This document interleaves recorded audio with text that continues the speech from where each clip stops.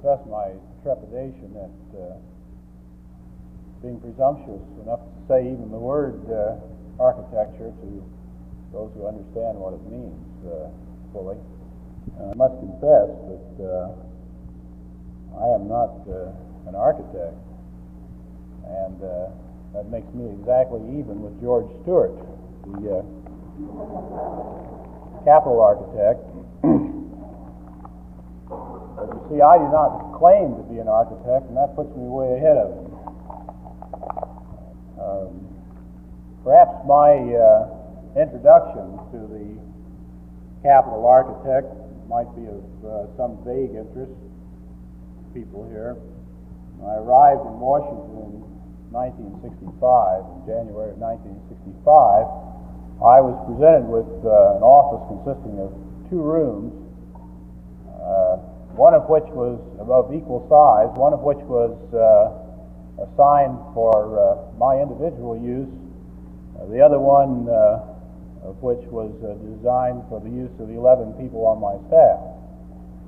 And a hasty calculation indicated to me that that was not entirely practicable, if equitable.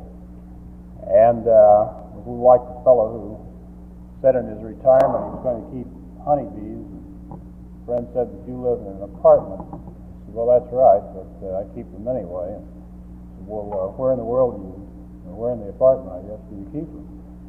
And he said, well, I keep them there in the bedroom. And he said, well, where do you keep them in your bedroom? And he said, well, I keep them in a cigar box. I said, well, how many do you have? He said, oh, somewhere around 10,000 or so. So, but doesn't it break their little wing? I said, the hell with them. Well, that was pretty much the philosophy towards congressional staffs. They got one room, and I got the other. So, being a good and awkward non-architect, I decided that maybe a partition in my room might well be the answer, and so long as I was doing that, I thought maybe I'd just erect it in the middle of the room and then reinforce it and bring it on back to the back wall and get a little extra floor space, since whoever designed the Cannon office building also made it practically 2-stories. So I could have a little loft, and maybe some girls could do some typing up there, and thus increase the usefulness, taking very careful care not to disturb the building whatsoever, not to nail anything to it or anything that would be sacrilegious. So just as one of my assistants and I on a Saturday morning began to put the first nail in the first 2x4, suddenly, almost like a Tom and Jerry cartoon, out of nowhere appeared this man, and he said, "No, it wasn't himself. It was himself's assistant, and a guy named Campioli or something like that." In any case, he said, "What are you doing?" Now, again, like the cartoon, the hammer stopped before it reached the 10-penny nail, and I said, "Well, we're just putting up a partition here, replete with a roof, so that we can maximize the space that's been assigned to us." And he said, "Well, you can't do that, son."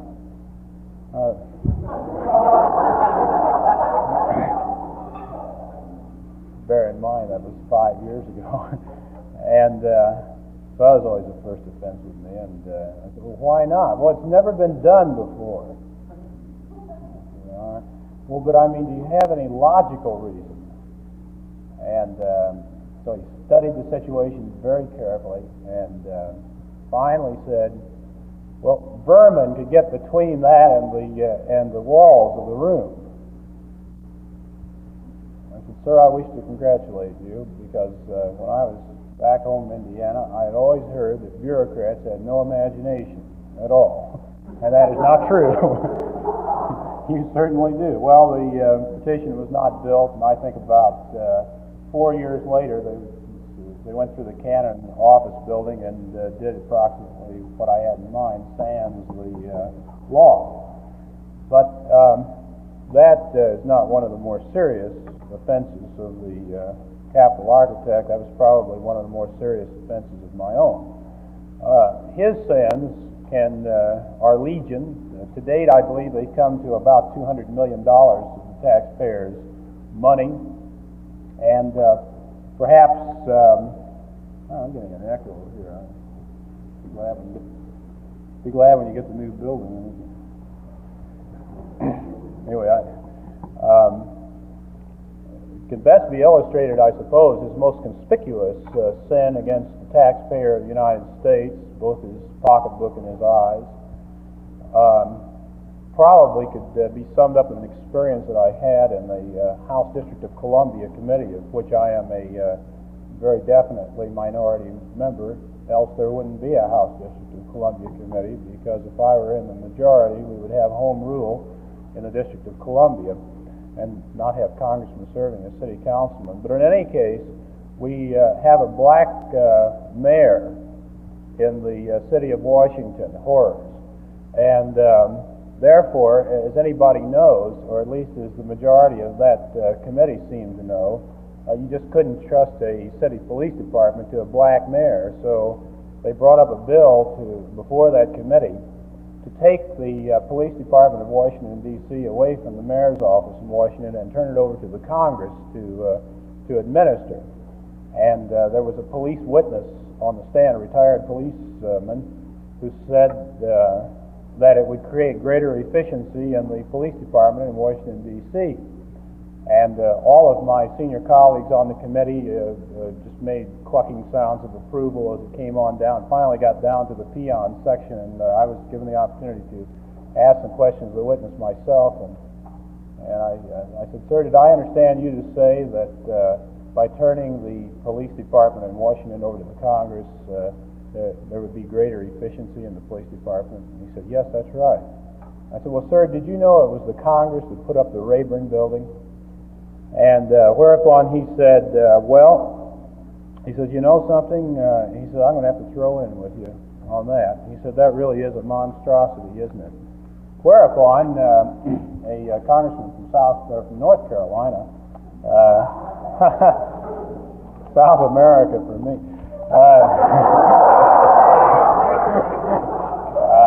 congressman from North Carolina arose. He's no longer there, and I won't say his name, but his initials are Whitener from North Carolina, stood up and thrust his finger towards me and said, "State what's wrong with the Rayburn building." I didn't know it had something to do with putting it up, I guess.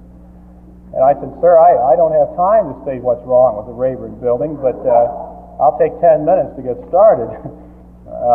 In any case, I have here a quotation from retiring Senator Young of Ohio, which might give you generally the view held by those of us who are not happy with George $38,000 a year Stewart. Showing. One has only to look at the Rayburn House office building, a J. George Stewart project, and in all probability the most stupendous architectural monstrosity of all time, to realize the ineptness of the so-called architect of the Capitol.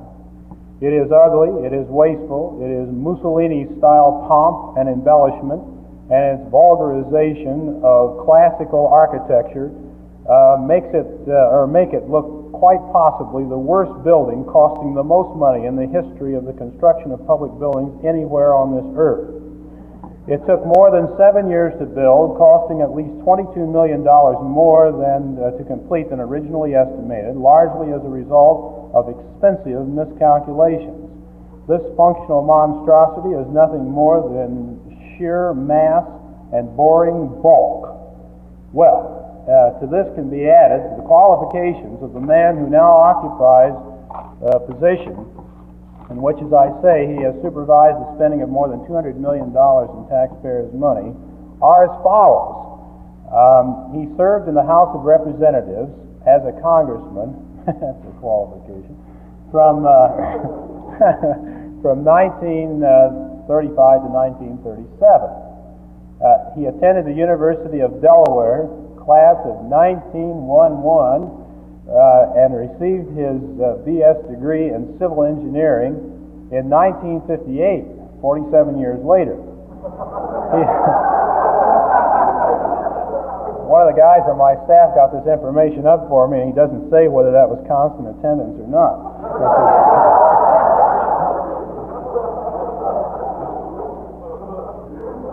If it was, we could only hope that he might go back for a postgraduate course for another 47 years. He served as a member of the clerical staff of the Senate District of Columbia Committee from 1947 to 1951. Immediately prior to his appointment in 1954 as architect of the Capitol, he was the head of the Speaker's Bureau for a national political party. And my friend Louis Mayhern on my staff says, in return for his prodigious services, Mr. Stewart is reimbursed by the American taxpayers to the tune of $38,000 a year. Well, one day I was on my way to the office. Incidentally, there are three offices, house office buildings. There are the Cannon Building, the Longworth Building in the middle, and the Rayburn Building, the latest. And the Cannon Building was put up, I think, in 1906 and has those huge high ceilings. The Longworth Building, in which my office is located now, almost seems functional and perhaps even vaguely attractive in design to the naked eye and the untrained eye. And the Rayburn Building, then again, is what it's been described here as being. The interesting thing is that of the three buildings, the one that I'm in was put up during the Depression, which might be a very good thing to happen when you're going to build a public building, because then they don't think they have all the money to waste. But in any case, I was walking into the office building one day and looked up at the Cannon office building. Now it has what I learned is called a balustrade, all the way ring around the rosy on the top of the Cannon office building, for all the world looking like a banister. And they were taking that down one morning when I was coming in. So it struck my curiosity. So I found a way up to the roof of the building and unannounced just went up and started looking around, because I assumed somebody was going to say that something was wrong with the railing around the top of the building. And of course, again, untrained eye and all that sort of thing, but I kicked it a few times and it seemed quite solid after looking to make sure there wasn't nobody down below. And so I went back and called up, or no, I didn't. I wrote to Mr. Stewart's office, the architect's office, and asked why. And and confessed that I had trespassed, and it seemed sturdy enough to me, albeit quite ugly in its original form. And the removal for the improvement of the appearance of the building might be warranted, but I didn't know that the cost of removal would be warranted. So he wrote back and he said, well, the stone is sugaring, and so that was getting a little too technical for me, so I had a friend, architectural student, go up and take a look at it, and his judgment was that the sugaring was a very dangerous process which had set in and was weakening the balustrade, and his best judgment was that somewhere around 150 years from that time it might become a dangerous appendage to the building. So I sort of gave it up, and then about a week later, here was a new balustrade being affixed to the top of the building, and naturally it was non-matching stone, because presumably whoever cousin got to town with a load of stone didn't have exactly the right shade. So they were putting up a non-matching stone. I wrote the architect, wrote Mr. Stewart again, and said, well, what's this? And he wrote back, and he said, well, the reason we're putting up another balustrade now, and it's only going to cost $500,000, solid. And the reason we're going to put that up is essentially to protect workmen who may be working on top of the building, so that they'll be protected from falling off the edge of the building. I said, well, there's a hardware store right down the street. You get clothesline rope if it comes to that, and save the taxpayers something. Well, the object of the Capitol architects. By the way, I want to say parenthetically that as I warned you, Dean, I know exactly nothing about what I'm talking, and I won't mention the name of the comedian because he's in such ill repute in the better circles, but his initials are Lenny Bruce. And he wrote a book entitled How to Talk Dirty and Influence People, I believe. And in this book, he said that all those who know nothing about technology should be given a manual. For example, when you take your radio to be fixed, you would have a little statement that you've memorized to say to the repairman. You just, for example, you would walk in with the radio and say, I don't know what the heck it is with these quasi-heterodyne receivers and these 5A7 transistors connecting with the variable condensers never have meshed properly. I fix it myself, but I've got to go down and work on the big radar installation. He said, after having said that, get the hell out fast because he'd have to ask you whether it's AC or DC current that the thing runs on. So that's where I stand on the subject of architecture. But in any case, in my ignorant and unschooled way, let me just say a word about the west front of your Capitol. I don't know. Is that something I ate, or go over this way, or? Well, in any case, it was very excellent dinner, by the way. He hasn't graded my papers, but I guess there's. In any case, my understanding is that should the so-called $34 million project advocated by the so-called architect George Stewart be put into effect, at the very least, the loss of the nation would be any glimpse of the original Capitol as designed really in the late 18th century. And at the very most, the $34 million that was said in the news conference, which when translated from federal leave, means about $60 million, according to this track record on estimated cost, would be rather expensive to taxpayers also. Added to that is the fact that they want to add about, I think, 115 offices, 4 dining rooms, 1 cafeteria, 4 movies. Get that, 4 movie theaters. It's right after we appropriated all that money to turn the Washington train station into a tourist center. But I suppose when you're in your 90s, you get bored. But you need projects to prosecute. In any case, added to that is this indispensable honeycomb structure which is necessary to shore up the west side of the Capitol. American Institute of Architects saying multiple to that. It would be, I think, 120 bathrooms in that wing, which I said a moment ago at the news conference, generally, and help retire the cost. But in any case, the American Institute of Architects, having studied the matter with almost as much competence, I'm sure, as Mr. Stewart, has recommended that the west wall of the Capitol simply be restored, and has assured in testimony that it can be restored, and that it might be expensive, considering the fact that there are artifacts on the inside of the wall which must be preserved, and therefore it would not be the simplest job in the world. But their best estimate is that it would cost from half to less than half the modest $34 million estimate that the architect has suggested. Well, we had quite a fight, really, on that in the House last fall, and they wanted $2 million to get started on the project. And considering the fact that the entire Republican leadership and the entire Democratic leadership, considering the fact that that they were joined in an alliance to put through this project for good old George, one more for George.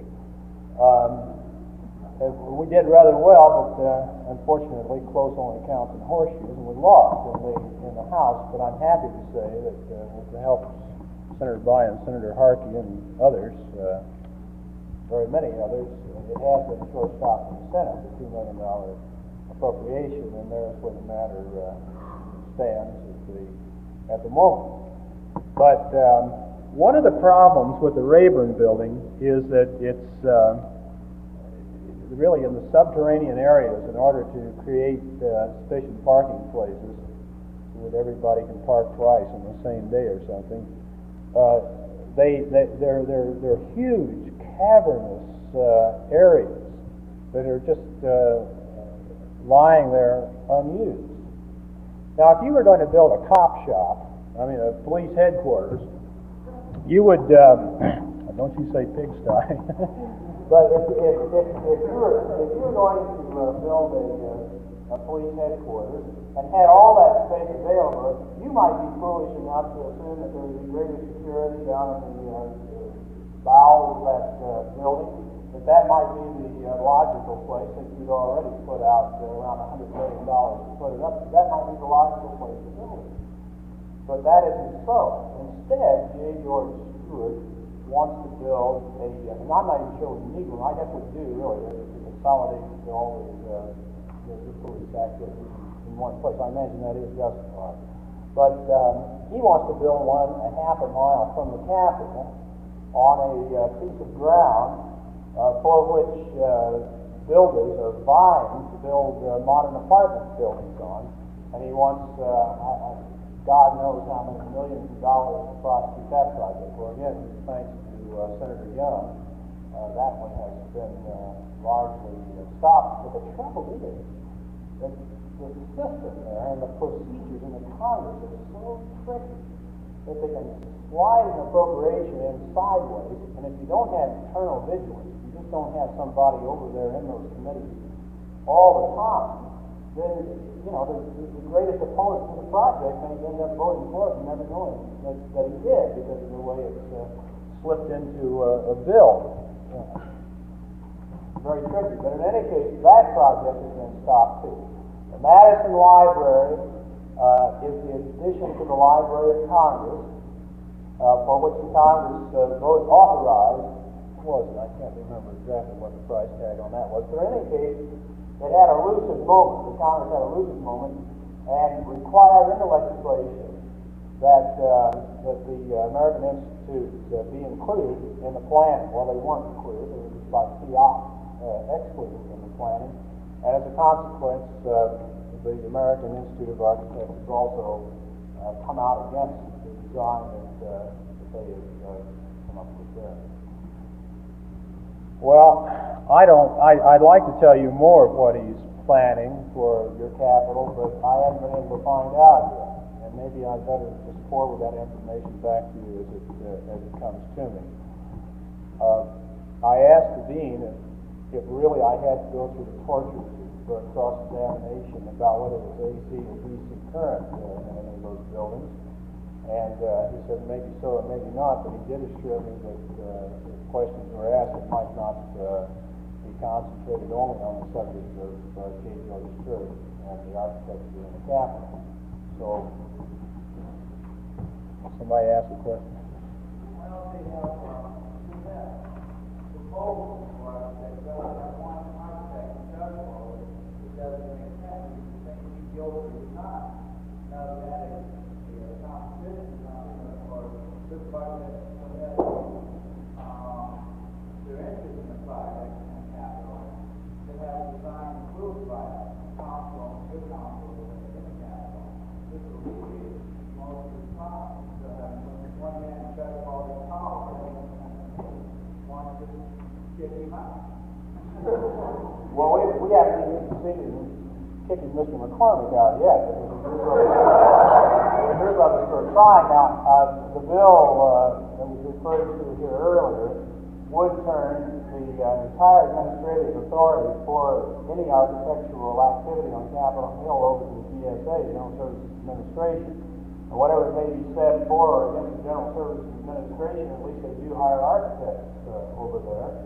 And they are subject to statutes which require a competition in plan competition in bidding for construction and so forth. And even they are beginning to show some progress. I'm told that they got Evans Willen over in Indianapolis on the new federal building, and although I don't have a trained eye to determine what's good and what's bad, I am told that at least it doesn't look like a mausoleum what he has designed. So I think that's the way to approach the problem that you're talking about, is to take it out of the hands of the Congress altogether and put it in the GSA professional building category, and let them administer the architecture. Another question is, because of approving design, we had a speaker here last year, Eleanor Roosevelt, one of the guys out there, the addition to the gas pipeline, and the design proposal is 3 times the two times, but accepted by the AIA. They want to design it, beautiful opportunity, and that's not the deal. And then the board is right, something political, something strong. Yeah, it's notice the seniority system. And this really gets a little on to a general subject, which is very good to know about. As I said in the news conference, the Rayburn building even looked a little like a camel, and it very definitely was made by a committee of politicians, consisting of the vice president, I won't say the vice president, the late been a problem, but the vice president, the Speaker of the House, the minority leader, and majority leader of both the House and the Senate. All those people make up the committee that decides about how things are going to be built. Well, the Rayburn building was pretty much, Mr. Rayburn himself, I like that. You design your own tombstone.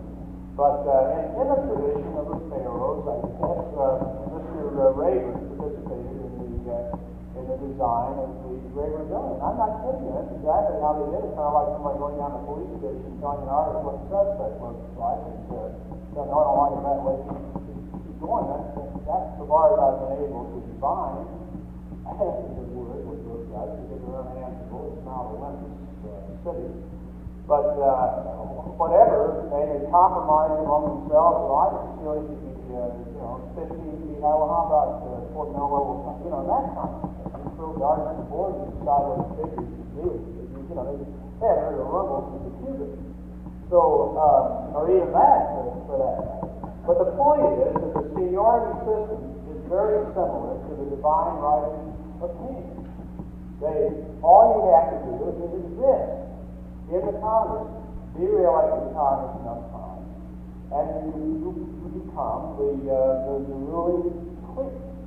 I'm not so concerned really about how you pick the leadership or how you pick the bosses. That's bad enough. But the fact is that after they're picked, they are answerable to no one. And that is true of committee chairmen who withhold bills in their best pocket. The majority of the committee cannot vote to consider the bill, for example. They have plenary authority, and the country puts up with it. The reason the Congress puts up with it is that people such as myself and Lee Hamilton from Indiana and guys from around the country like Mo Udall and other people, and Patrick Mink from Hawaii, I'm sorry to say it's a rather small group of about 60 out of 435, including both parties, by the way. Well, we're considered upstarts, and in the old story, the Rayburn told John Kennedy, the best way to get along is go along. Now, the question I keep asking my colleagues is privately in cloakroom and say how horrible the seniority system is, and how horrible the committee system is, and how horrible the closed rule system where the average representative can't even offer an amendment to a bill on the floor if the bosses decide to come out that way. The thing I keep reminding those other guys who complain about that is, who's afraid of the big bad wolf? We should have a system Well, the only one you're scared of is the 425,000 people that you represent. I mean, they're the ones that you have to deal with. Speaker McCormick can't elect or unelect any member of Congress, and yet there's this curious fear, desire for respectability that helps them along, perpetuates that system. Obviously, the answer is that if the general public ever gets informed, if they ever understand what's going on, and demand that the state, I mean, there are 11 representatives from Indiana, and why are there just 2 or 3 of us that are raising a devil about it? What about the other 8? Why doesn't somebody go and talk to them in their districts and say, I want to know whether you're going to vote this damnable seniority system out, and whether you're going to have a merit system, whether you're going to vote to turn the architectural activities over to someone who's an architect, whether you're going to do this, that, and the other thing. Well, the answer is, by the time they get back, all they want to know is if you vote for or against student riots, and that's the whole scene when you stand for election. What's wrong with getting some people informed of the state, going out and carrying the message, and asking these guys a little bit harder question than do you vote for or against head-on collisions? You know. So that's the problem. Are there any political vehicles by which an architect or planner or landscape architect or anyone who chooses to go the route of trying to get the change effective so that you can introduce what is considered to be equality in terms of mediocrity? Are there any political vehicles available to them shy of writing a congressman plan or the AIA, personally don't know how much lobbying power or power at all? They're the ones that told me, so I may do something with it, I can tell you that. Oh, I'm sure of that, but I'm just wondering what political vehicles one has, again, to affect change. It just seems that our thing is stopped frequently along the line within the person who knows very well. Yeah, well, of course, that's the same question, no matter what the issue is, what the individual believes. But the point is that members of Congress are going out for 30-day campaigns or 60-day campaigns all over this country, running for election, and never having the question raised in public view.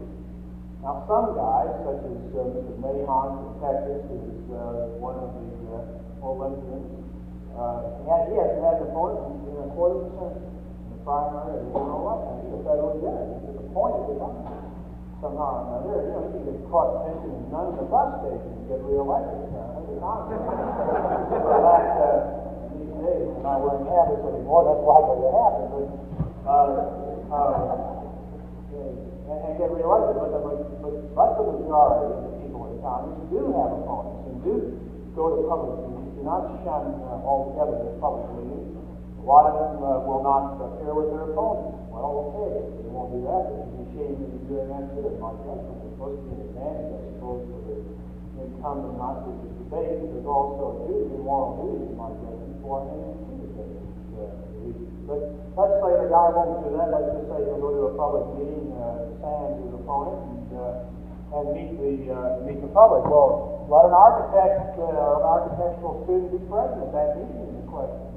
And let him be damn well informed, and let him get up and cite chapter and verse, $34 million to the west front of the Capitol vis-a-vis the restoration and the preservation of the historic site itself. Let him ask about $10,000 for parking space in underground parking, which I forgot to mention before, another big George Stewart project, just south of the House of Office Building, $10,000 per parking spot. And I'll get up and ask the managers on the floor in the debate, I raised some heck about that. You know the answer I get? You should have seen that place before. It was no better than a slum. Oh, well, I'm glad you found it. That slum clearance project, that's really wonderful. I mean, apartments or something like that would never do. That's my point. If these guys aren't even asked questions, I'm asked plenty of questions about why did you vote for student riots when I vote for a bill that's technically just going to harm the situation rather than help it. I get asked plenty of embarrassing questions why I'm soft on communism for a number of reasons, including the fact that I vote for liberalizing trade with Eastern Europe, and because I don't want to play war games every time some general gets bored. I have to answer those kind of questions. Now, why not let the other side, the people that go along with this crony system in the Congress, why not have a person such as yourself get to one of these meetings and get him to say, because unanswerable logic. The thing will not stand the light of day. And there he is in front of his constituents. What's he going to say? If he's going to mumble something or something, but sooner or later he's going to have to take a position. Now you're halfway home, or maybe only a third of the way home, but if he's taking a position, then you have a very good political issue. And quite often the guy will fold. He'll make a pledge right then and there. Well, okay, I'll go to that bill to turn it over to the GSA to the taxpayers of this country to get a fair shake and competitive ideas to design and all the rest. Quite often you'll be surprised. But the answer to the question is the same old answer that you always run the Democratic machinery, and that is nobody works it. Nobody oils it and makes it run. One guy shows up, lack of apathy. Just one guy shows up, and why can't you get it out on record for something that is so compelling and uncommonsensical?